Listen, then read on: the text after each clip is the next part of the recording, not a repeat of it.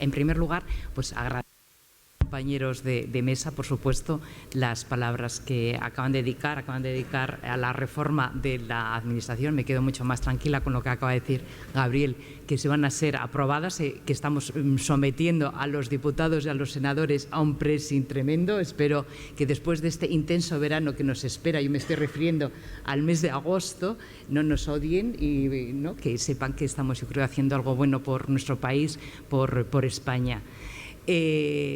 Luego quiero también dar las gracias, parece que es una frase tipo, pero yo voy a explicar por qué. Dar las gracias a FAES para esta invitación a participar esta mañana, a poder contar en qué consiste esto de la reforma de las administraciones públicas. Para mí es un gusto.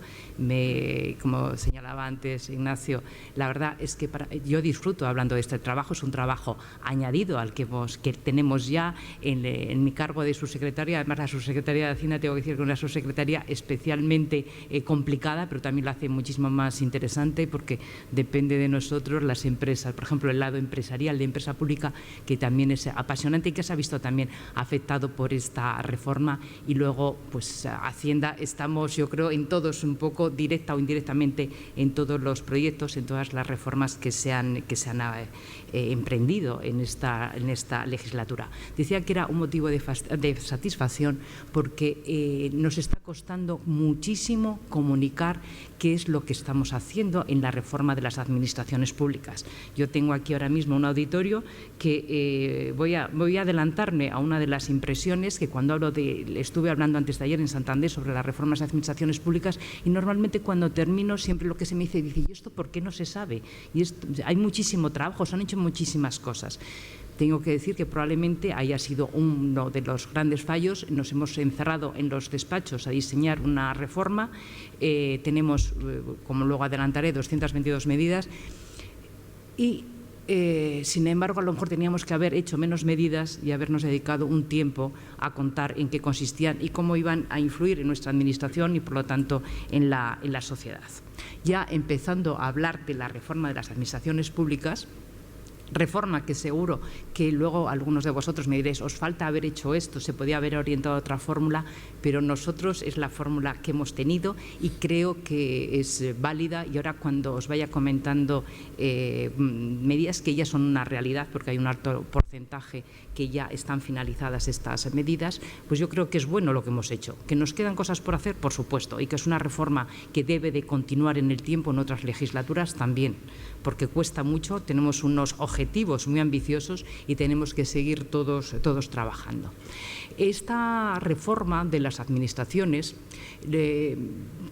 tenemos que siempre ponerlas en contacto, en coordinación, vamos a decir, con las otras reformas. Estamos hablando de reformas del Gobierno, muchas veces hablamos que si la reforma fiscal, la reforma de la reestructuración financiera, etcétera, pero en realidad todas estas reformas van concatenadas. Si nosotros no hubiéramos realizado, por ejemplo, todo el proceso de consolidación fiscal, no hubiéramos podido ahora estar hablando de una rebaja de impuestos, de una reforma en el área fiscal. Siempre van todas muy relacionadas. Además, está claro que hoy día estamos en una situación que nada tiene que ver con la que nosotros nos encontramos, ya simplemente ya referidas al 2012, a lo mejor ya no debemos de seguir hablando de herencias. Es una España completamente distinta. Hoy venía leyendo la prensa cuando venía para aquí, para Guadarrama, y claro, ya nadie discute si estamos en recuperación o no. Se puede hablar que la recuperación es más sólida o menos sólida, igual que el empleo, ya no se dice se está destruyendo empleo, ahora que si no, se está creando, ya es unánime. Lo único en la discusión está si es un empleo que es estable, no está. Ya estamos sobre la modalidad de empleo que se está creando, pero ya nadie duda. Nosotros ahora mismo ya sabéis que ya presentamos unas tasas de crecimiento, el 1,4 cerramos en el ejercicio anterior, en 2014, y ahora ya las propias perspectivas del Gobierno se están quedando totalmente desfasadas. El 2,9 de crecimiento para el 2015, todos, yo creo, departamentos de estudios nos están dando un crecimiento superior. Vienen ya los datos de Standard & Poor's. España es una frase, yo creo, ya muy dicha, pero que a mí me gusta repetir, es que España ha dejado de ser un problema para Europa y España empieza a ser parte de la solución. Hoy venían las tasas de crecimiento pasadas de estos dos ejercicios últimos y de este ejercicio actual y del 2016, y ya España es el que más crece de la zona de la eurozona, por encima de Alemania, de Francia o de Italia, con lo cual está claro el cambio de tendencia. Simplemente era situarlo ahí, y ese cambio de tendencia no nos sirve decir, bueno, es que hay un cambio en el ciclo económico, es cierto, pero ese cambio es para todos los países. Sin embargo, España ha hecho los deberes y ha hecho unas reformas, y eso está posibilitando este crecimiento progresivo que estamos teniendo en nuestro país. Por lo tanto, yo creo que esta política que hemos seguido ha sido una política acertada. Cuando ya desde el 2012 la reforma de las administraciones, hay un hito que precisamente, como decía Ignacio, es la Comisión de Reforma de las Administraciones Públicas, a la que me voy a referir especialmente, pero las reformas de la Administración empezaron desde el primer momento, porque si hay algo más importante, que es todo el proceso de consolidación fiscal en la Administración Pública y cómo ha ido repercutiendo en las distintas administraciones, está clarísimo. Nosotros el déficit del 9,5%, ¿no?, con que cerramos, porque el cierre nos correspondió a nosotros, el ejercicio 2011, aunque no habíamos tenido responsabilidad. Tengo que recordar que cuando se llega al Gobierno se nos sigue diciendo que se cumple el objetivo de déficit entonces, que era de un 6%, cuando fuimos pues haciendo averiguaciones. Tengo que decir que tardamos unos días en que nos diesen el documento, ¿no?, en el que se establecía cuál era el déficit, que ya nos hablaban de un 8%, pero terminamos en el 9,5%, y cómo se cerró el año pasado en un 5,7%. Es decir, casi hemos rebajado ya 4 puntos el déficit. Nos queda muchísimo. Está hablando Gabriel Orriaga de la otra época en la que yo estuve, del año 2000 al 2004, los 3 primeros años de asesora del ministro de Hacienda, del mismo ministro que tengo ahora mismo, y luego ya de directora de gabinete, y aquello lo dejamos en equilibrio presupuestario, en ese concepto que a lo mejor técnicamente no era bueno, porque hablábamos del déficit cero, me gusta recordarlo, ¿no? Había una cierta contradicción en la propia expresión, pero lo deja. Y ahora nuestra aspiración es, por supuesto, volver a ganar unas elecciones y que en la próxima legislatura alcancemos ese equilibrio presupuestario como nosotros lo dejamos en el año 2004. Sobre todo, esa reducción de déficit, en contra de lo que muchas veces se ha afirmado, no ha ido por el lado del ingreso, ha ido por el lado de gasto. En los 2 primeros ejercicios, las 2 terceras partes vinieron por reducción de gasto y una tercera por aumento de los ingresos. Reducción de gasto, que muchas veces se habla de que no, hay que seguir reduciendo gasto corriente. Los que tenemos ciertas responsabilidades en manejar un presupuesto, en mi caso el presupuesto del Ministerio de Hacienda, es complicadísimo. Nosotros ya ahora mismo, que estamos ya trabajando para la elaboración del presupuesto 2016, somos conscientes de las rigideces que tenemos. Nosotros ya, según ya sale el presupuesto, y ahora mismo, mejor dicho, el proyecto que estamos trabajando, pues ya vemos que ahora el 85% del presupuesto ya lo tenemos comprometido. El margen de maniobra es limitadísimo. ¿Por qué? Porque tenemos que afrontar todo lo que es la financiación de las comunidades autónomas, la financiación de las entidades locales, las propias transferencias que se realizan a la Seguridad Social, el pago de la deuda pública. Bueno, todos estos compromisos iniciales ya son un 85%, con lo cual ya el 15% se nos queda para realizar el pago de las nóminas de los empleados públicos y las otras políticas que tienen que realizar los distintos departamentos ministeriales. Ahí el gasto corriente es la partida más pequeña. Ya hemos, y ahora os voy a ir contando medidas y veréis cómo hemos incidido mucho en este gasto corriente, con lo cual ya cuando se habla, hay que seguir el gasto corriente, bueno, es que ya deberíamos entonces tocar otras políticas que procuran crecimiento económico, crecimiento para España, y la verdad es que a la hora de establecer las prioridades, que es como se debe de presupuestar, pues es complicado ya decir, bueno, vamos a financiar con cargo a gasto corriente, porque ya digo que hemos ido adelgazando muchísimo ese gasto corriente. Hablaba que según se llegó, se hicieron reformas, vamos a decir parciales, no presentadas como un proyecto de las administraciones. He hablado de la consolidación fiscal. Tenemos por el otro lado el empleo público. El empleo público hubo que congelar, ya se saben, los salarios. Se limitó también la incorporación de nuevos empleados públicos a las administraciones con una tasa de reposición en relación con las bajas, con las jubilaciones, etcétera, cero. No se incorporó nuevo personal, que eso también acarrea ahora uno de los problemas que tenemos en la administración, que es el envejecimiento de las plantillas. Somos optimistas, la oferta de empleo público de este año ya ha podido ser un poco más generosa. También había administraciones que tenían una duración de jornada de 35 horas semanales. Nosotros lo aumentamos a los 37 horas y media. Hicimos un análisis que es muy curioso, y es que desde el primer trimestre de 2008 hasta el tercer trimestre de 2011 se produjo un incremento en el empleo público de 380.000 personas. Nosotros la reducción de empleo público, más o menos, ha sido este aumento, paliarlo, porque en la reducción de empleo público ha sido de 370.000. Son cifras bastante aproximadas, ¿no? Lo que quiere indicar es que hubo ahí un exceso en el empleo que a lo mejor no estaba, vamos a decir, debidamente justificado. No, porque la reducción que nosotros hemos hecho de 370.000 sobre todo incide en personas que realizaban labores, vamos a decir, administrativas, ¿no? Dentro de la burocracia de las administraciones. Apenas afectó al campo de la educación, de la sanidad, etcétera. Nosotros, ese ha sido el ajuste de plantilla que hemos hecho, que más o menos es la plantilla que nosotros dejamos en el año 2004. Ha habido también otra parte que ya se hizo en el mes de marzo de 2012, que fue empezar a tocar las estructuras con las que contábamos, racionalizar la estructura de nuestra administración. En este caso, el trabajo fue sobre todo en lo que es el Estado. Ya en el propio mes de marzo hubo un acuerdo de Consejo de Ministros que decidía la desaparición de 24 sociedades públicas y de 6 fundaciones. Pero yo aquí muchas veces hablamos de números, de ahorros, y siempre me gusta recalcar que, por ejemplo, está muy bien que decidiésemos porque viésemos que eran innecesarias, no es que tuviese un alto coste luego desde el punto de vista de funcionamiento, eran innecesarias estas sociedades.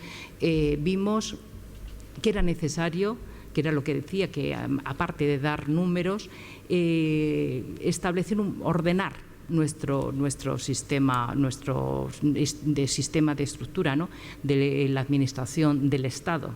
Y hubo ahí un decreto en el mes de marzo, que es muy importante, que ha tenido una gran repercusión en nuestra administración, es que decidimos que era necesario clasificar todas las entidades que teníamos en el Estado, dependiendo, claro está, de las distintas tipologías, si era una sociedad, si era una fundación, si era una entidad pública empresarial, y se hacía unas clasificaciones diferenciándose 3 grupos. Los 3 grupos, ¿qué significaban? Por ejemplo, ya lo que es más fácil, en el caso de las sociedades se tomaban determinadas ratios, se tomaban determinados indicadores para establecer esta clasificación, como era plantilla, era la cifra de negocios y la cifra de inversiones. Con estas 3 variables nosotros clasificábamos en el grupo 1, en el 2 o en el 3. Ahora, trascendencia de estar en un determinado grupo u otra, pues de ahí poníamos límites a las retribuciones de los máximos responsables, de los directivos, también fijábamos un número máximo de directivos, y también por ejemplo en las sociedades que tienen sus consejos de administración, en los que están presentes empleados públicos, poníamos un máximo de consejeros. La traducción de estas medidas, aparte de racionalizar, hacer un examen de lo que teníamos, fueron ya siempre unido a una medida que era poner límite a las indemnizaciones por cese. Estábamos en aquel momento que se estaban produciendo distintos ceses. Por ejemplo, se tomó una decisión que si es un funcionario el que asume la presidencia de una sociedad y luego vuelve a su puesto porque tiene derecho, está en situación de servicios especiales, vuelve a su puesto, pues no tiene por derecho a ninguna indemnización. Sencillamente hay un momento de su carrera profesional que decide tener un puesto de responsabilidad en una sociedad pública, luego vuelve a su puesto, no hay ningún problema, no va a tener llora de qué voy a comer, en absoluto, lo tiene asegurado su puesto de trabajo, con lo cual en ese momento no tenía indemnización. Todas estas medidas que han supuesto, pues supusieron ya de entrada un ahorro de 20 millones. Sobre todo, voy a llamar la atención que es un ahorro a lo mejor de los más pequeños, pero lo que señalaba anteriormente, la reducción de los consejeros, ¿no?, en las sociedades. Bueno, es que tengo que decir que eliminamos 264 consejeros. Yo creo que en algunos sitios se daba la paradoja, en algunas sociedades, que había más miembros del Consejo de Administración que plantilla. Con lo cual, claro, voy a traducir, ser miembro de un consejo de administración, si no eres alto cargo, porque los altos cargos no cobran en los consejos de administración, es una clase de retribución, pero desde luego totalmente ineficiente de cara a la sociedad pública de la que se trataba. Lo que estoy diciendo, cómo una sociedad puede aguantar tener más miembros en el consejo de administración que empleados. Una situación bastante absurda. Por eso digo que de entrada lo que hicimos fue corregir determinados excesos que se habían venido produciendo. Y Gabriel comentaba antes una de las medidas que yo creo que ha sido más acertada y que también fue en esta primera etapa. Nos encontramos que estábamos financiando, las administraciones estaban financiando por el impago. Era una fórmula que se escogían o no tenían otro remedio, pero que estaba provocando un efecto bola de nieve muy peligroso. Yo no sé si, yo creo que todos, a lo mejor de estas salas, si nos ponemos a comentar y nos vamos al año 2012, tendríamos amigos, conocidos que tenían empresas, pequeñas empresas, que decían yo voy a tener que cerrar, y algunas de ellas lo tuvieron que hacer así porque determinada administración no me está abonando esta factura que para mí es esencial. A su vez, ese empresario, ¿qué le ocurría? Que no podía pagar a sus contratistas, los tenía, ni a sus proveedores. Era un efecto de bola de nieve muy peligroso que estaba suponiendo la paralización de muchísimas empresas. De 2012 a 2014, a través del instrumento del Plan de Pago a Proveedores y del Fondo de Liquidez Autonómico, se han inyectado en nuestra economía 105.000 millones. Tuvimos que asumir el pago. Sin embargo, también, igual que hablaba de ese efecto de bola de nieve que se estaba produciendo al no hacer frente a nuestros compromisos, también tenemos que ver ahora el efecto de estos 105.000 millones inyectados en el circuito económico. Fue una, desde luego, de las medidas, yo creo, que debemos de estar más satisfechos. Y tenemos que seguir controlando, y ahora lo vamos a ver, porque es una de las medidas de la Comisión de Reforma de las Administraciones Públicas, qué controles, qué pautas hemos adoptado y que desde luego se revisan, y los que están incurriendo otra vez en retrasos en los pagos, pues va a tener también sus consecuencias. Ya vamos a entrar en la Comisión de Reforma de las Administraciones Públicas. Decidimos hacer una reforma especialmente dirigida. Habíamos adoptado determinadas medidas que acabo de describir, pero era necesario buscar un conjunto, ver cómo lo tenemos o establecer una unidad en esa reforma, hacerla más visible. Si yo os preguntase a todos vosotros qué esperáis de una administración, cómo os gustaría que fuese vuestra administración, bueno, voy a poner determinados calificativos, no sé si me dejaré alguno, pero yo creo que todos más o menos coincidiríamos, ¿no? En primer lugar, la administración tiene que ser mucho más cercana a nuestros ciudadanos.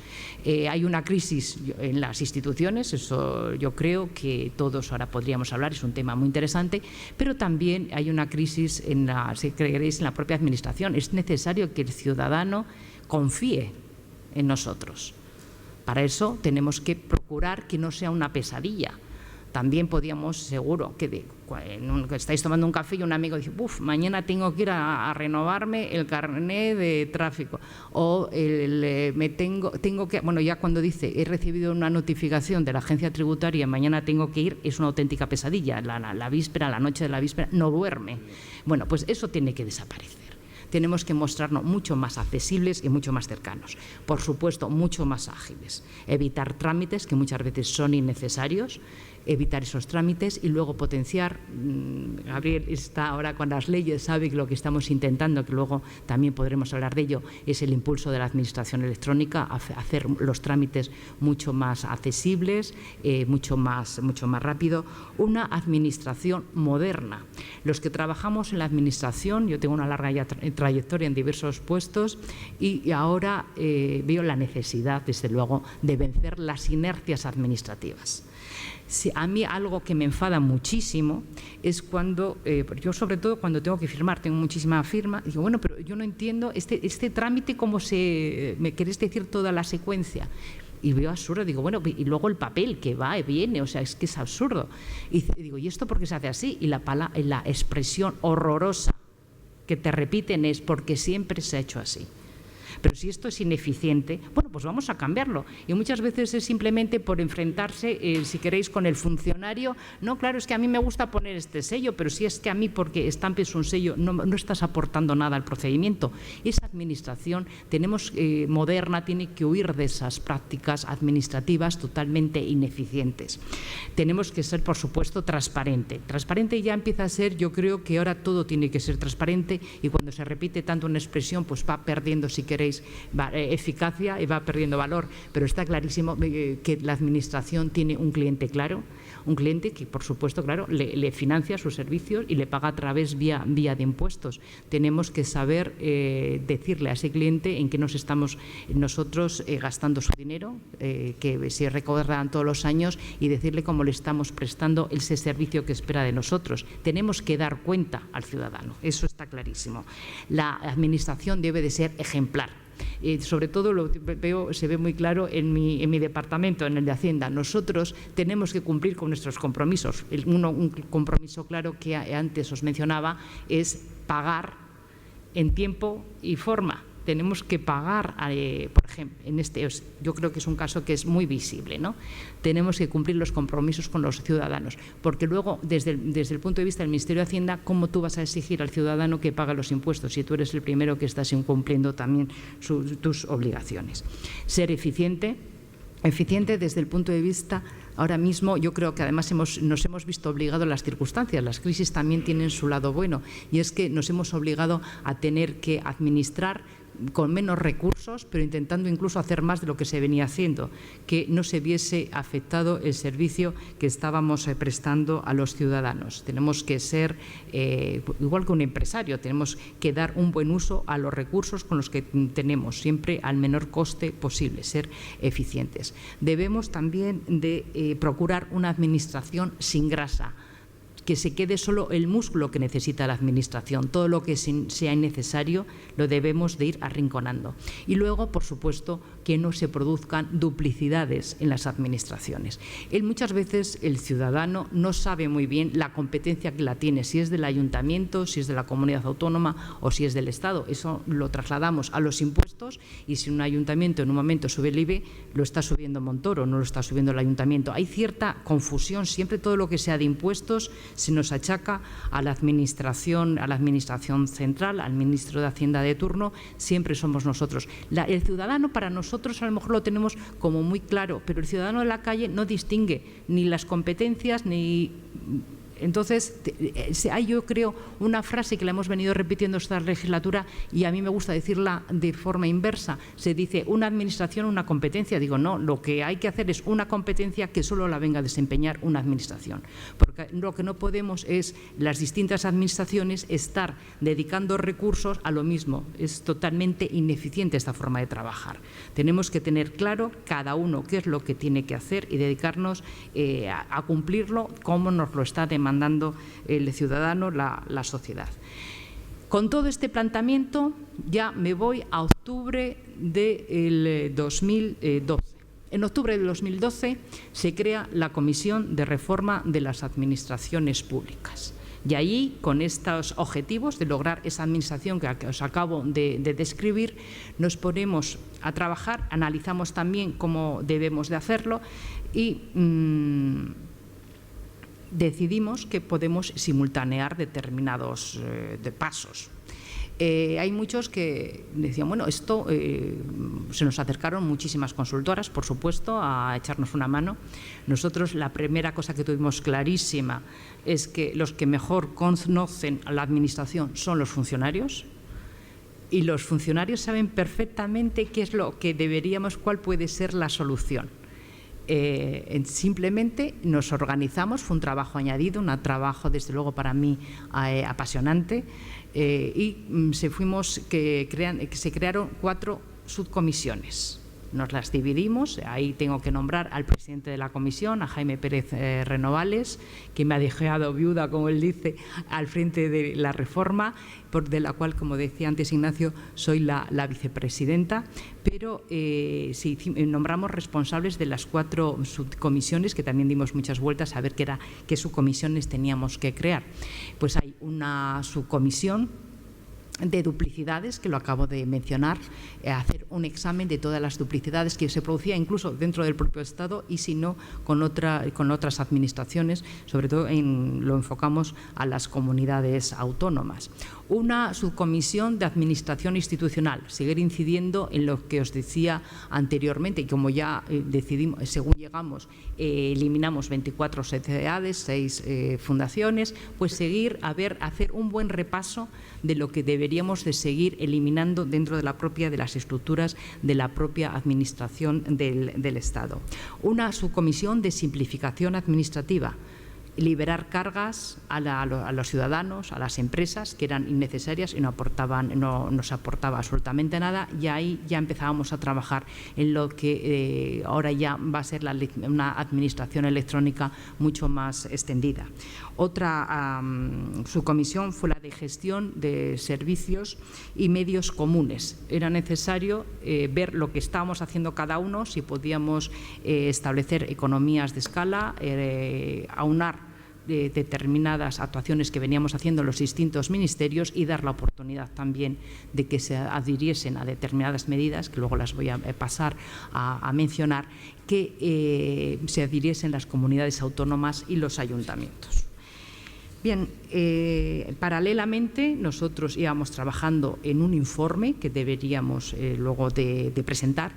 Se abrió un buzón de sugerencias para que todo el mundo opinase. Ahí hubo 2.200, se presentaron, que tengo que decir que eran de personas que conocían la Administración. A veces ellos se habían encontrado también determinados problemas y ellos nos aportaban una solución. Muchas de ellas fueron recogidas. También hubo un comité asesor en el que formaban parte desde las organizaciones sindicales, las asociaciones empresariales, la Defensora del Pueblo, la Organización de Defensores de los Consumidores, el mundo de la universidad también estuvo presente y nos reuníamos periódicamente con ellos y nos mostraron sus sugerencias a incluir en la reforma de las administraciones públicas. Por fin, este trabajo, que es muy laborioso, a mí cuando me hablan de los ahorros de la Comisión de Reforma de las Administraciones Públicas, de la CORA,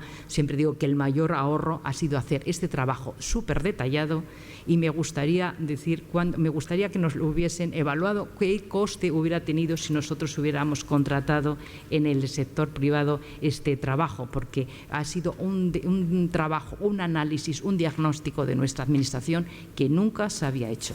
El informe que nosotros presentamos y que luego fue presentado a su vez en el Consejo de Ministros por la vicepresidenta y por el ministro de Hacienda y Administraciones Públicas es un informe que contiene 222 medidas clasificadas en esas 4 subcomisiones, como señalaba anteriormente, mejor dicho, por los objetos de cada una de esas subcomisiones, pero que son unas medidas realistas, como lo demuestra que cada medida va acompañada de una ficha en la que se detalla, se describe esa medida. Se incorpora también un plazo de ejecución y el posible ahorro se lo tiene. Hay medidas que no provocan ahorros y la estimación de los ahorros que puede producir. Para el seguimiento se crea además, en ese Consejo de Ministros se crea una oficina para la ejecución de la reforma, que haga el seguimiento y que vaya elaborando periódicamente informes de ejecución que son presentados en la Comisión de Secretarios de Estado y sus secretarios y también en el propio Consejo de Ministros.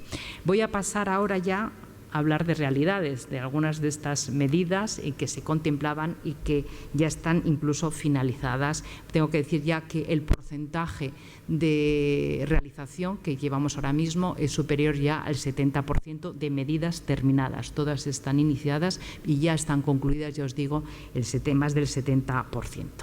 Voy a anunciaros algunas por bloques, que yo creo que es mucho más representativo, yo creo que da muchísima mayor información, más sistemático. En primer lugar, habíamos hablado ya del plan de pago a proveedores, ya se había puesto en marcha, el Fondo de Liquidez Autonómico, pero era necesario ir apuntalando. Muy bien, esto han sido medidas correctivas de determinada situación que nos hemos encontrado, pero ahora lo que debemos de procurar es que no se vuelva a producir. Ahí está, que es una media cora, la Ley Orgánica del Control de la Deuda Comercial.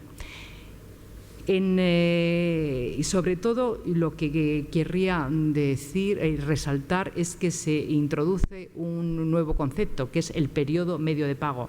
Nosotros estamos obligados, como sabéis, a partir del momento en que ya se da lo que hay a la factura, a pagar en 30 días. Para ello, lo que queremos es que cada entidad tenga un plan de tesorería que se adecue al pago que tiene que ir realizando, que haga una planificación, que no se improvise y que luego lleguemos a unos periodos de pago excesivos y que tienen que tener su penalización.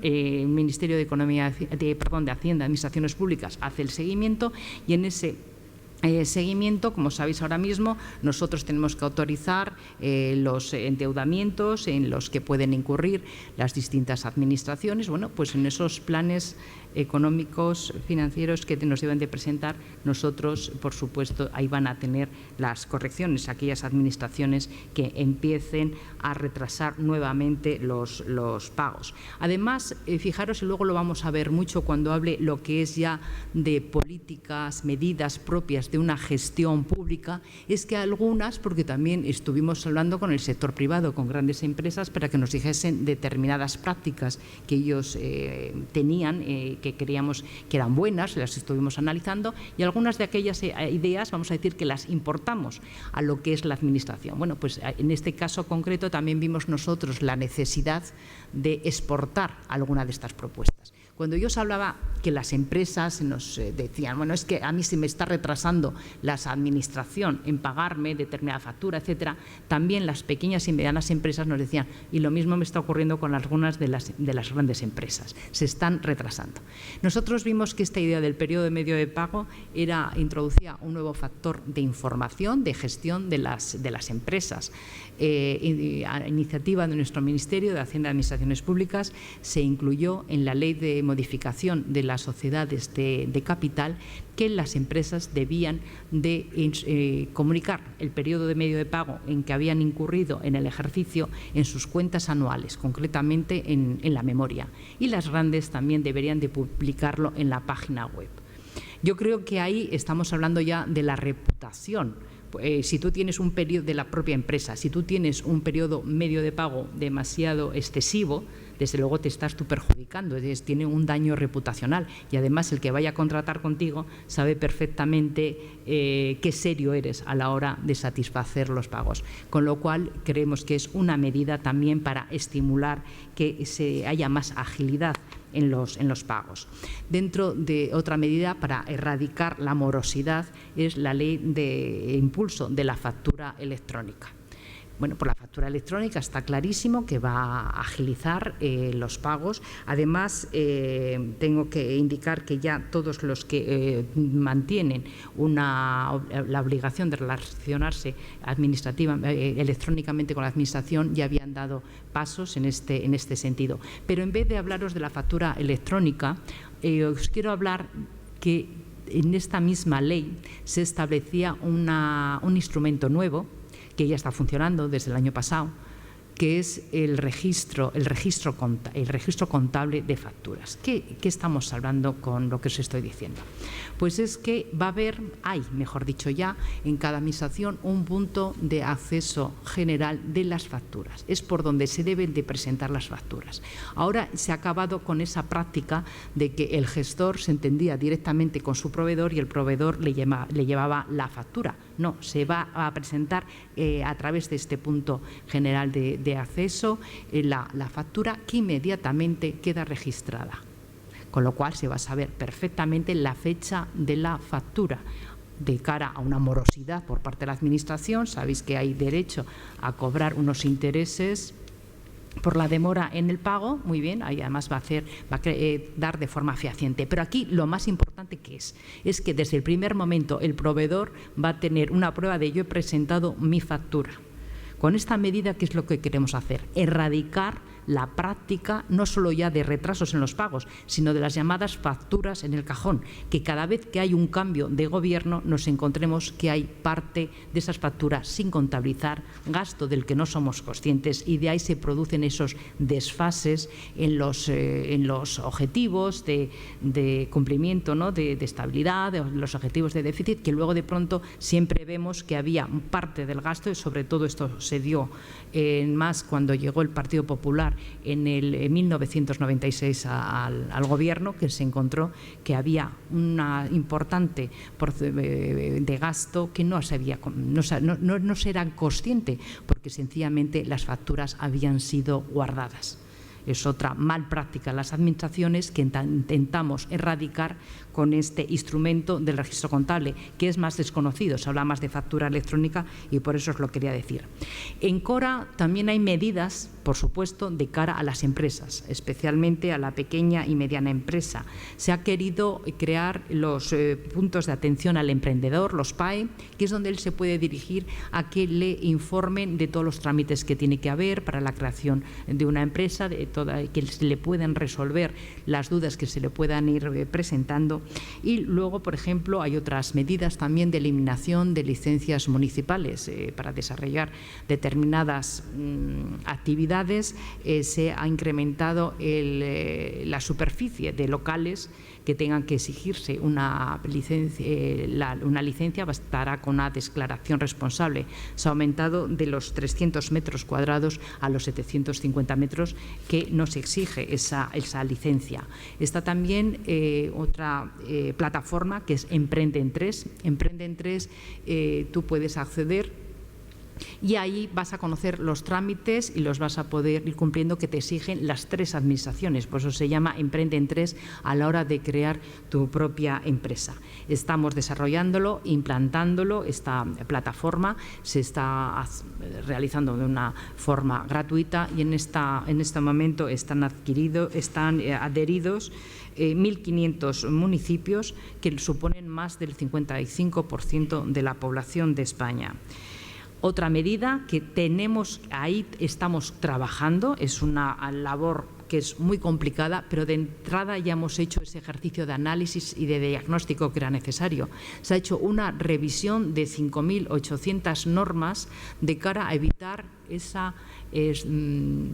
problema que es la unidad de mercado, que nos está siendo tan requerida y que todos, yo creo que si ponemos a hablar vemos que es necesaria, pero que sin embargo tiene muchísimas trabas a la hora de poner en práctica, de procurar esa unidad de mercado. Yo creo que los que estamos aquí vemos las ventajas que ello supone para España, que no se entiende cuando salimos fuera de nuestro país, que está provocada por la estructura tan complicada, ¿no?, la estructura territorial que tenemos. Ha supuesto ya más de 500 propuestas de modificación de normativa del Estado y de comunidades autónomas, que se irá instrumentando a través de la celebración de las diferentes conferencias sectoriales. Poneros otro ejemplo también de cara a las empresas, que son en materia ambiental. Siempre hay una gran queja de las empresas lo que tardamos a la hora de evaluar el impacto ambiental de algunos de sus proyectos. Aquí, si el tiempo establecido era 2 años, nosotros lo recortamos a 4 meses, siendo conscientes que en los 2 años venían siendo incumplidos. La media era, a la hora de esta declaración, de impacto medioambiental era de 3,4 años, incluso dándose datos, vamos, alguna vez la paradoja de es qué interés tenía ya para la empresa si continuar con un proyecto cuando la evaluación del impacto medioambiental tardó 15,9 años en ser emitida. Eso ya yo creo que, vamos, por mucho que seas optimista, por mucho entusiasmo que tengas con un proyecto, yo creo que desincentiva totalmente. Luego, en el lado, desde el punto de vista de la sanidad, la tarjeta sanitaria interoperable. Es una tarjeta en la que consta todo nuestro información clínica. Ahora mismo hay ya más de 44 millones de tarjetas, ya está interoperable en todas las comunidades autónomas, ya que se estima que más de 4 millones de españoles se les presta asistencia sanitaria fuera de su comunidad autónoma. Yo creo que es una gran ventaja. Cuando tú simplemente con tu tarjeta ya el médico que te vaya a atender sabe tu historial, tiene acceso a tu historial clínico. Aparejado también hemos trabajado en la receta electrónica. Ahora mismo estamos trabajando en la implantación en todas las comunidades autónomas. Ahora el 78% de nuestras recetas ya se emiten de forma electrónica y ya hay casi un 92% de las farmacias que se han adherido, ya están conectadas, mejor dicho, a este sistema. Estamos trabajando en algo más difícil, que ahora mismo ya hay en marcha una prueba, hay pruebas pilotos ya, que es la posibilidad de que una comunidad autónoma te extienda la tarjeta y, sin embargo, tú compres la medicina en otra de las comunidades autónomas. Estos son ajustes a la hora de las financiaciones que son complicados, pero ya estamos trabajando porque volvemos a lo mismo. Es bastante ilógico que tú con tu receta que te expiden en Asturias no puedas comprar tu producto sanitario en Madrid. Ahí vamos también dando pasos poco a poco, pero yo creo de verdad, y luego lo voy a hablar ya en medidas que corresponden más a mi departamento y concretamente a la Subsecretaría de Hacienda. Yo siempre digo que si tú presentas un buen producto a otra administración, porque está claro que siempre se dice, bueno, es que esto de evitar duplicidades es voluntario por parte de las comunidades autónomas, pero yo siempre digo que si les presentas un buen producto, te lo compran. Yo luego os voy a dar casos muy concretos. También hemos avanzado muchísimo en las citas previas, esas colas que había antes en la administración, que estamos tratando, por supuesto, de erradicar. Ahora ya todos, cuando hay que acudir a una oficina de empleo, a la jefatura de tráfico, ya vemos que simplemente por internet o por teléfono podemos concertar esa cita. Podría hablar del caso de la agencia tributaria. Yo no sé si ahora habéis tenido la experiencia de llamar, ¿no?, para que al servicio de cita previa para hacer la declaración, por ejemplo, ¿no? Es mucho más fácil. Hemos tratado ya en el desarrollo de servicios electrónicos. Un gran paso está, que es muy complejo, porque cada uno somos como muy celosos de nuestro ministerio, de nuestras competencias, y lo de poner en común nos cuesta, que es una mejor estrategia de las TIC, de las nuevas tecnologías. Ahí hemos nombrado un CIO que se ocupa con todo su equipo de una planificación, de una coordinación y gestión centralizada de CPDs y software. Era absurdo, porque vamos a tener alquilados nuestros CPDs y podemos tenerlos todos conjuntamente, siempre será muchísimo mejor. Y ver también, por ejemplo, os voy a contar, he hablado del software, cuando se unen el Ministerio de Hacienda y el Ministerio, que entonces era Política Territorial, que ahora por eso es Hacienda y Administraciones Públicas, tuvimos grandes problemas, porque es que nuestros distintos sistemas eran incompatibles.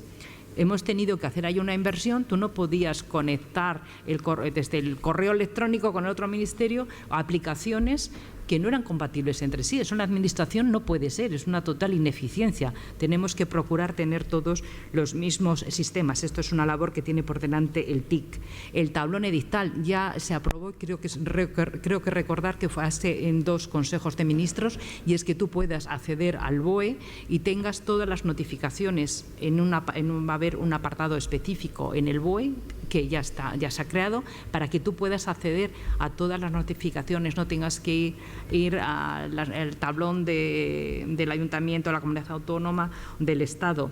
Las subastas electrónicas, esperamos ponerlas a final de este año ya que sean una realidad, que tengas esa disponibilidad de participar en una subasta los 365 días del año, las 24 horas, que vendría a sustituir a lo que son las subastas judiciales y también a las subastas ya en el ámbito propio de la Administración. Estamos por ya los certificados de estar al corriente de las obligaciones de la Seguridad Social, de las obligaciones tributarias que tanto necesitan nuestros empresarios a la hora de acceder a una subvención, a un contrato con la Administración, pues ya son una realidad, se puede obtener por vía electrónica. La sustitución de las notificaciones y comunicaciones postales, que es una de las medidas que está en la Ley de Procedimiento Administrativo Común. Tenemos que darnos cuenta que, por ejemplo, una notificación tradicional, porque el correo tradicional tiene un coste para la Administración de 2,55 €. Una notificación por vía electrónica tiene el coste de 3 céntimos. Por ahí tendremos que ir, que así luego, cuando hablemos un poquito más de las leyes, voy a hacer yo la crítica que os está a vosotros ahora mismo ocurriendo y os voy a decir un poco por qué camino, cuál hemos buscado la solución. Hay un dato que ayer se publicaba también, digo, de la utilización de los medios electrónicos, que es ahora la campaña de renta. La estimación es que va a haber más de 19 millones de declaraciones y que el 80% ya se están presentando por Internet.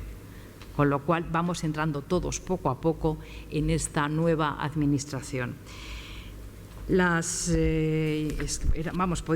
Voy a hablaros ya de algunas de las mías directamente, y yo creo que ahí lo vamos a ver, que yo creo que además son cuando yo hablo, que vamos hacia un nuevo modelo de gestión pública, son de sentido común. Ya veréis cómo esto no se había hecho antes. Bueno, pues en primer lugar, yo en la subsecretaría depende la Dirección General de Patrimonio del Estado. Patrimonio del Estado tiene ahí los bienes, porque claro, nosotros tenemos también nuestro patrimonio inmobiliario, tanto de carácter urbano, rural, etcétera. Tenemos muchísimos bienes. En primer lugar, sí, había un inventario, pero era necesario, había datos esenciales para poder adoptar medidas de racionalización que carecíamos, como eran las superficies. ¿Qué superficie tenía un determinado edificio que era del Estado? Esencial. El nivel de ocupación que tenía. Bueno, pues tuvimos que ponernos en marcha todos los ministerios, nos fueron facilitando la información y ahora tenemos ya un inventario mucho más, si queréis, mucho más práctico a la hora de adoptar medidas. En primer lugar, es lo que os comentaba antes, esa reducción de gasto corriente. Claro que hemos trabajado mucho en la reducción de gasto corriente. Una partida de ese gasto corriente son los arrendamientos. Nosotros tenemos edificios, pero también estamos alquilando a su vez para prestar los diversos servicios, para alojar a nuestros empleados públicos. Hicimos una labor ingente a la hora de modificar, primero, de resolver contratos. Si nosotros teníamos espacios, por supuesto, vamos a eliminar ese alquiler y que vengan a nuestros ministerios los funcionarios, los empleados públicos. Os voy a dar ahora mismo, que además la intención es que ya en septiembre se venda. Con todo este inventario, de pronto veo que además estaba en mi ministerio, teníamos alquilado un piso en la calle Serrano, esquina precisamente con la Plaza de la Independencia, y que ahí estaban alojados unos cuantos funcionarios, cosa bastante absurda, que hacían unos funcionarios en un piso en la calle Serrano. Por supuesto, ya los hemos recogido y el piso se vende, porque no le veo yo mucha utilidad un piso de estas características para la Administración. Pues hicimos toda esa revisión. Como os decíamos, en unos casos resolvimos contratos y en otros no vamos. Sencillamente, como hace un particular, fuimos a negociar con el casero. Es decir, oye, no, es que estamos pagando por encima de mercado. Alguno de los casos que lo he logrado ahora mismo resolver este contrato y que me dolía muchísimo era también en la calle Serrano, esquina con la calle Goya, a unos precios muy superiores a los de mercado, que yo no sé quién estableció, quién celebró ese contrato en el año 2011 y no lo he podido hasta ahora resolver. ¿Por qué? Porque me salía mucho más caro por las cláusulas que tenía. Eran totalmente leoninas, y resolver antes del término del plazo estipulado. Ese contrato era, claro, lo tuvimos que ver que nos salía mejor de cara a los ahorros. Hemos tenido que aguantar hasta ahora que ya nos hemos podido desprender.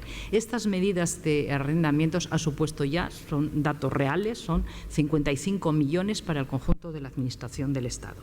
Como os decía, nos traemos a los funcionarios, a los edificios, etcétera, pero para ello teníamos que buscar una optimización de espacio. Establecimos unos ratios de espacio por funcionario y, por ejemplo, os pongo el caso del Ministerio, no sé si conocéis, en la calle Alcalá, el Ministerio de Hacienda, porque claro, cuando es un ministerio que es, desde el punto de vista, si queréis, bueno, es antiguo, es muy bonito, yo creo que tiene un valor artístico, Gabriel que lo conoce, tiene su encanto.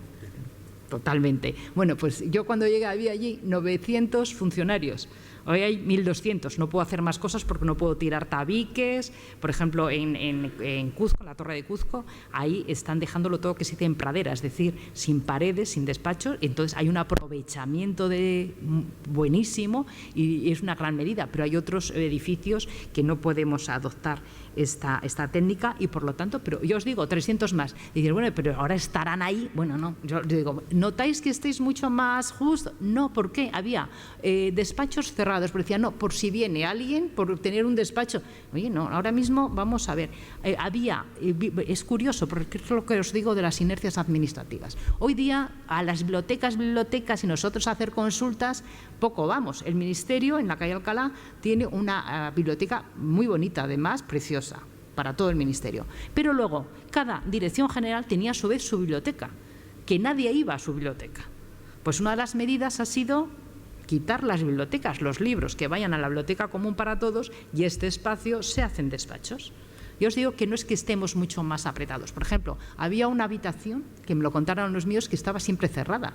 Y se decía, ¿y esto qué será? ¿No? Ya se habló con los que tenían la llave y ya nos lo enseñan y sencillamente es que sin saberlo el resto se habían comprado una fotocopiadora que solo querían utilizar ellos y que no la utilizasen el resto de los funcionarios y la tenían bajo llave en un despacho. Que fuera la fotocopiadora y el despacho que vayan funcionarios. Son medidas curiosísimas cuando las pones en práctica, pero yo os digo que desde luego no se nota, vosotros vais a Alcalá, que ahora haya 300 personas más en ese edificio. Pero yo os ponía antes el caso del piso en la calle Serrano.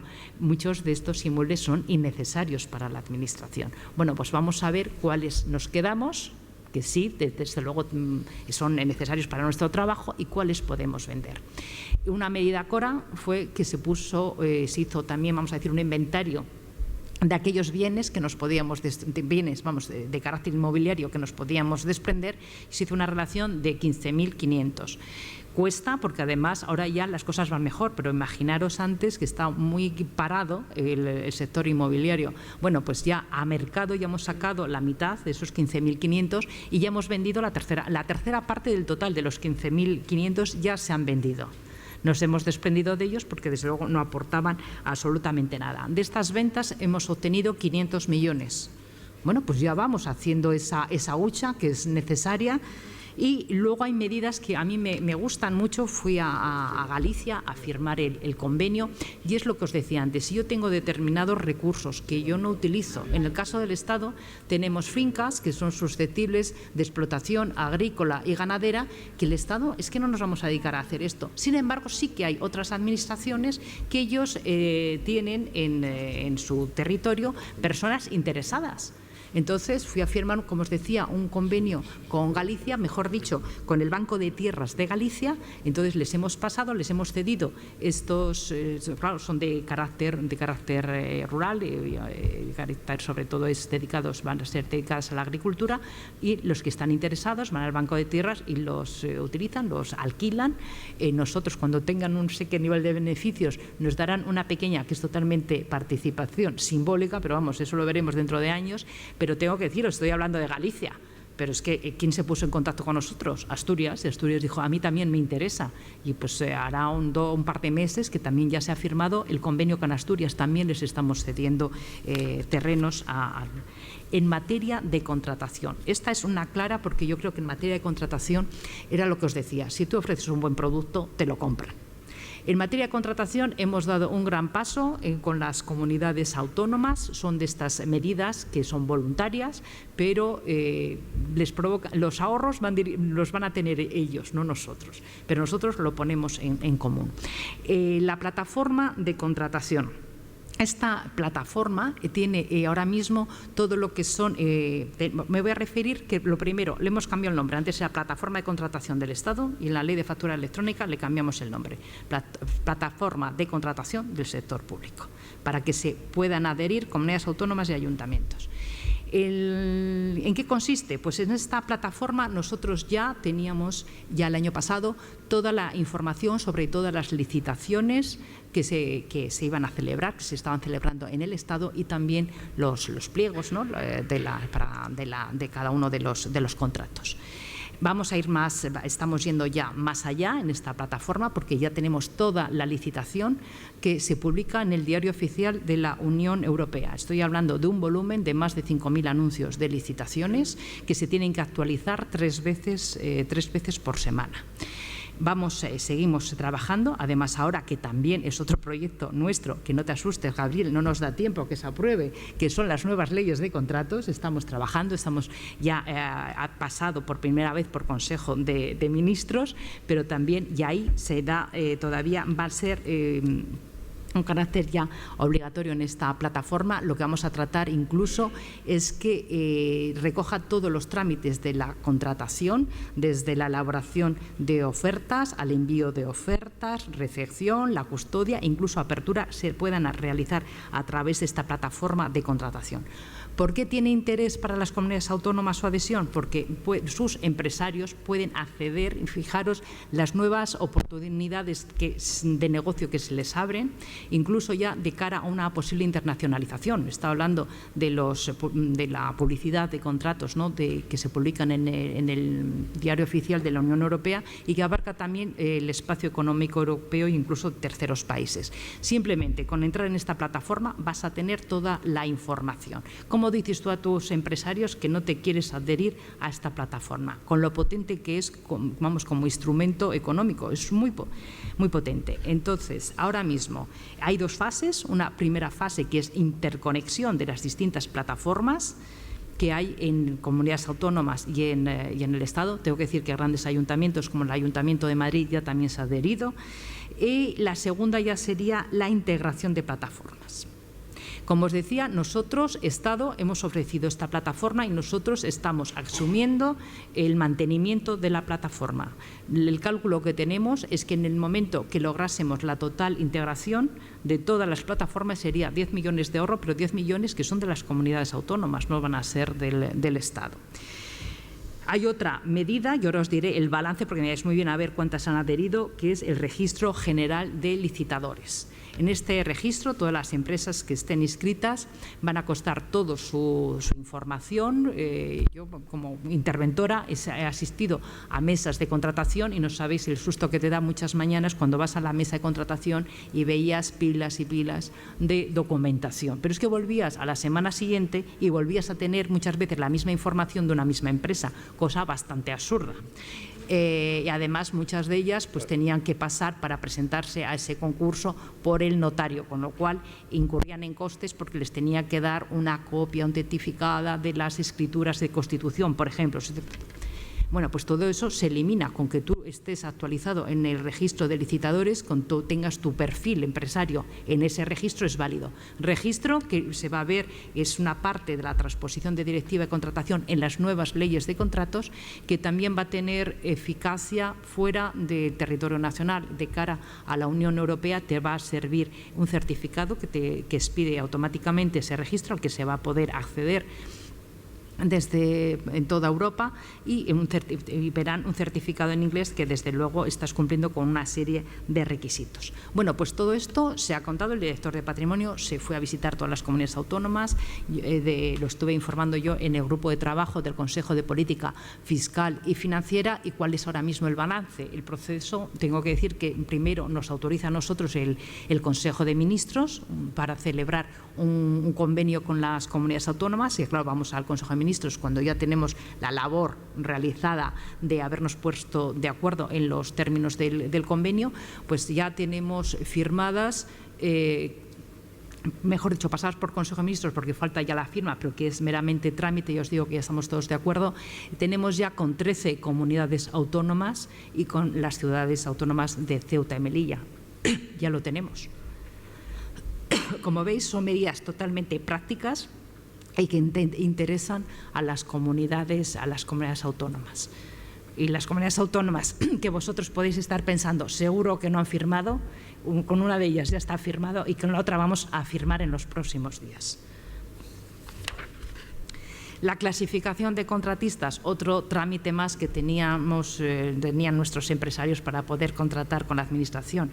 Esa clasificación lo que decía que tenía la suficiente capacidad técnica para realizar un determinado contrato. Si tú contabas con esa clasificación, simplemente presentabas el papel. Pero, bueno, pues era una traba que veíamos, ¿no? En los próximos días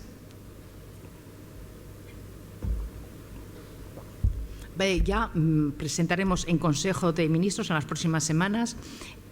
Yo creo, vamos, en este mes seguro presentaremos este decreto de desarrollo, pero ya lo que está por ley es que para los contratos de servicios no va a hacer falta ninguna clasificación, va simplemente de declaraciones responsables, y lo que son en contratos de obras solo para aquellas superiores a 500.000 euros. Hay una medida que provocaba gran escepticismo, que ya es una realidad. Os voy a decir que en esa ficha Cora que os decía, los plazos de implantación a nosotros nos daban que obtener a lo mejor lograr un contrato centralizado en este año 2015. Ahora os voy a decir el balance que ya tenemos. Y es una medida que ya os digo es una realidad y que tienes que vencer esas inercias administrativas que yo os decía. Es una medida que afecta a la Administración General del Estado y en algunos casos, que luego os diré, también se pueden adherir comunidades autónomas y ayuntamientos. ¿Por qué hay que vencer esa inercia? Porque, en primer lugar, retiramos la competencia a los ministerios y a todos los organismos, entidades, etcétera, adscritos a los mismos, se la retiramos y además en uno de los casos nos traemos el crédito, vamos a decir. Entonces, que ya retires competencias y que retires presupuesto a un ministerio cuesta. A la hora de la contratación centralizada, lo que hay detrás es un trabajo inmenso, porque tú a la hora de centralizar un contrato has tenido que ver qué necesidades se estaba cubriendo, si era necesario o no era necesario, porque esto nos sucede un poco igual que cuando presupuestas. Si no hay un buen control, lo único es, bueno, ¿qué me están diciendo? ¿Que hay que aumentar un 2 o un 0? Y lo haces automáticamente sobre el presupuesto del año anterior. No, tú lo que tienes que ir es partida por partida si es necesario. Es lo mismo que te pasa en un contrato. Estas necesidades lo he contratado, si queréis, lo he sobrecontratado, que muchas veces ocurre, porque los cálculos no han sido fidedignos, puedo hacer una restricción o al contrario, tengo mayores necesidades. Ese trabajo lo hemos tenido que realizar nosotros, que aquí quería conducir. Los que sepáis de presupuestos, en lo que siempre se habla presupuestación base cero, que es como una entelequia y que nunca se puede realizar, es decir, hacer un análisis de necesidades y cumplir y dotarles del presupuesto necesarios para poder satisfacerlas. Eso hemos hecho también en esta contratación de paso. Nos ha costado muchísimo porque había materias en las que nosotros no somos especialistas. Todo, se está haciendo en una dirección general que hemos creado dentro de la subsecretaría. Y ahora ya sí que me vas a decir, ya están creando una dirección general más. Sí, se ha creado la dirección general, pero los efectivos son los de la subsecretaría. Era necesario por cuestiones de tramitaciones, etcétera. Y nosotros hemos contado también con los ministerios. Si tú centralizabas el contrato de servicios postales, pues nos hemos ido a hablar con el Ministerio de Fomento, que nos digan ellos cómo teníamos que elaborar los pliegos. Si hemos contratado, por ejemplo, el servicio suministro de electricidad, pues nos hemos ido al Ministerio de Industria, de Energía y Turismo a que nos lo contacte. Agencias de viajes, nos hemos ido con el Departamento, con la Secretaría de Estado de Turismo. Lleva muchísimo trabajo detrás. Nos hemos prestado a pedir informe, que siempre es complicado, con la CNMC. con la Comisión Nacional de Mercados y Competencia, oye, queremos que nos veáis nuestro contrato, a ver qué pegas y si le podéis sacar, si lo podemos mejorar.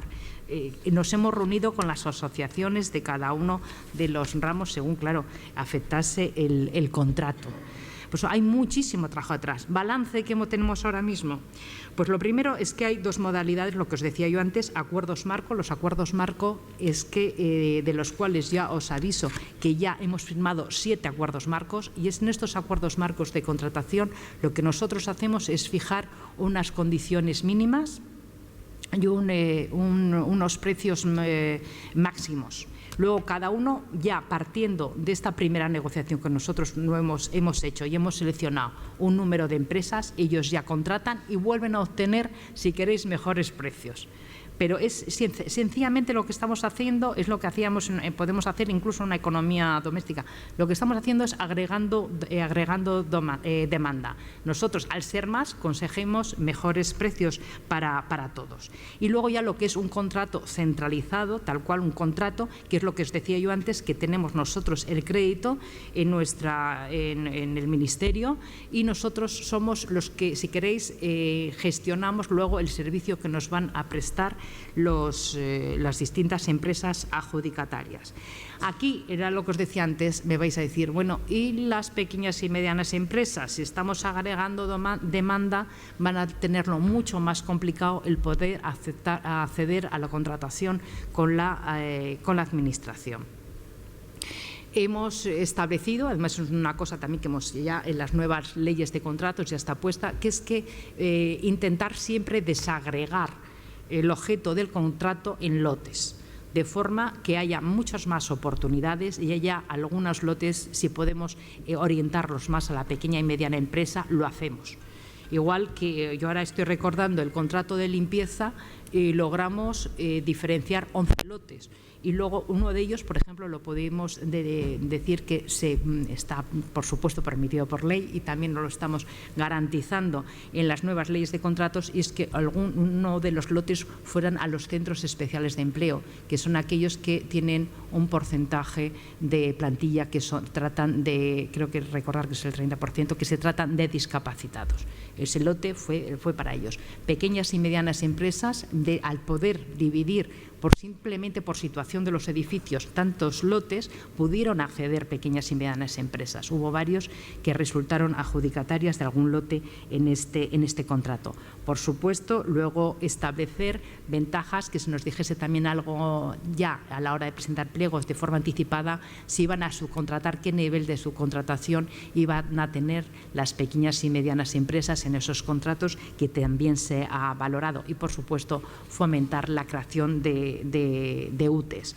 De esta modalidad ya tenemos suscritos 9 contratos, la limpieza, las telecomunicaciones, los servicios postales, la seguridad, agencias de viaje, etcétera. Yo creo que esto era impensable. Hace 3 años nos dicen que vamos a poder hacer esto en la Administración. Es lo que os decía antes. Por ejemplo, nosotros en las charlas con las grandes empresas españolas, ellos tenían ya un central de compras. Lo hemos nosotros importado a nuestra estructura.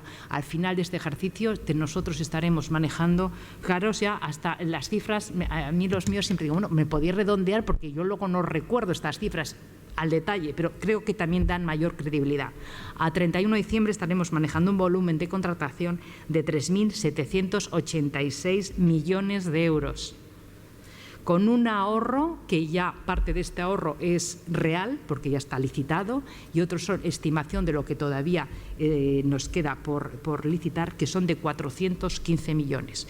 Pero a la vez, en forma paralela a este trabajo, el Ministerio de Sanidad también ha estado trabajando en una central de compras de productos farmacéuticos. Y ahí ya se ha producido ya un ahorro de 135 millones. Si los unimos a los 415, esta nueva política de gestión incorporada a la Administración nos están dando unos ahorros de 550 millones. Todo esto es el gasto corriente que yo os decía antes. Estamos consiguiendo ahorros en gasto corriente. Se están adhiriendo comunidades autónomas a esa modalidad de acuerdo marco, que era una de las ventajas. Se están adhiriendo comunidades autónomas y muchísimos ayuntamientos, porque está claro que obtienen mejores precios. Si tú les ofreces ventajas, ¿cómo no las van a aceptar? Y luego ya, para finalizar, y no me voy a extender, las nuevas leyes de procedimiento, como señalábamos, de administrativo común y la nueva ley del régimen jurídico del sector público. Nosotros creemos que hemos hecho cosas buenas y que tienen que tener vocación de permanencia. Hemos intentado, a través de estas leyes, garantizar que vamos a continuar por esta vía. Es por eso que creíamos conveniente y por eso decíamos, hemos pedido a los diputados, a los senadores, por favor, que se aprueben en esta legislatura para que el camino que ya hemos iniciado continúe. Vamos a continuar. Yo estoy segura que se van a ganar las elecciones y que vamos a estar. Pero ya hemos marcado el trabajo a los que van a seguirnos, ¿no? Ya no van a tener que volver a hacer este análisis, ahí tienen en el análisis, y van a tener también la cobertura legal para que se continúe en esta línea que hemos ido marcando. La ley de procedimiento administrativo, lo que hacemos es potenciar, como os decía, la administración electrónica. Tenemos que ir a una administración sin papel, que esté accesible a la administración las 24 horas del día, de forma que tú puedas conectar. Se puedan incluso hacer apoderamientos sin coste, que es siempre en los tratos con la administración es algo que encarece. Procedimientos administrativos express, rebajas, igual que lo tenemos ahora mismo ya por el pronto pago, vamos a decir inmediato, en las multas de tráfico, por lo queremos llevar también a otras sanciones en parte de la administración. Y ya por parte de la ley de procedimiento. La ley del régimen jurídico, solamente voy a incidir en una de las cosas que ya os decía antes. Si hablaba de 24 sociedades que nosotros eliminamos, hablamos de 6 fundaciones, luego siguió en Cora en esta inercia, que ya de supresión, ya teníamos el análisis hecho, hemos tocado entre fusiones, absorciones, etcétera, 105 sociedades, y nuestro objetivo de cara a las fundaciones es que nosotros nos encontramos en el ámbito estatal 54 fundaciones estatales y las vamos a dejar en 27, es decir, una reducción del 47%. Esto ya son medidas adoptadas, pero ¿qué era la consecuencia que sacamos de esta labor que habíamos hecho? Que en nuestro país era muy fácil crear una sociedad pública y qué difícil era disolverla, extinguirla. Complicadísimo. Os doy un dato que ahora ya vamos a emprender. Estamos ahora ya todavía con la sociedad Rumasa, pero cuando hablo de Rumasa me refiero a la primera Rumasa. Bueno, pues todavía tenemos una sociedad que está liquidando. Entonces, claro, ya vamos a poner punto y final y vamos a crear solo una empresa, porque yo hablo de Rumasa, pero otras que están en liquidación, luego cada una, no es que se ha quedado sociedad en liquidación, no, que haya solo un organismo dedicado a las liquidaciones, con lo cual, pues economías de escala, está perfectamente especializado en esa materia y que se ocupe de todas estas. Pero quería deciros que la ley del régimen jurídico hemos querido corregir lo que habíamos detectado. A partir de ahora, crear una sociedad, crear otra modalidad, otra tipología de entidad pública va a ser muy difícil, se va a tener que justificar, nos va a tener que decir que no hay ninguna otra que esté realizando el mismo objetivo que ahora pretende realizar ella, va a haber un registro de entidades, ya está en marcha, cada uno teníamos por un lado el del Estado, otro el de las comunidades autónomas, otro de los ayuntamientos. Tengo que decir que las entidades territoriales también han hecho un gran esfuerzo, entre los dos han eliminado 2.000 entidades en sus administraciones, que era algo que también hay que reconocer. En este ámbito también se ha trabajado muchísimo. Va a haber un registro único, de forma que cada vez que llega un gobierno empieza a hacer un inventario de entidades. No, ese inventario ya lo tenemos ahí, como digo, se va a tener que justificar la creación y a lo largo de su vida va a haber un control de eficacia a ser realizado por el Ministerio el que esté adscrito esa entidad, y por parte del Ministerio de Hacienda va a haber una evaluación, una supervisión continua, es decir, tiene que ser sostenible desde un punto de vista económico, si no, no nos va a servir. Por eso os decía que queremos lo que ya habíamos detectado, llevarlo a la práctica y poner esas cortapisas y facilitar, por ejemplo, a la hora de hemos encontrado este problema de disolver determinadas sociedades de determinadas determinadas entidades nos exigía que lo hiciéramos mediante ley. Bueno, pues nosotros, a través de esta nueva ley del régimen jurídico, vamos a posibilitar que simplemente por un decreto se puedan extinguir. Creemos que es muchísimo más ágil. Perdonar si os he aburrido, he intentado no explayarme, pero me gusta muchísimo hablar de este trabajo, me entusiasma y a lo mejor me he extendido demasiado, pero yo, nada, abiertas a las preguntas que podáis hacer.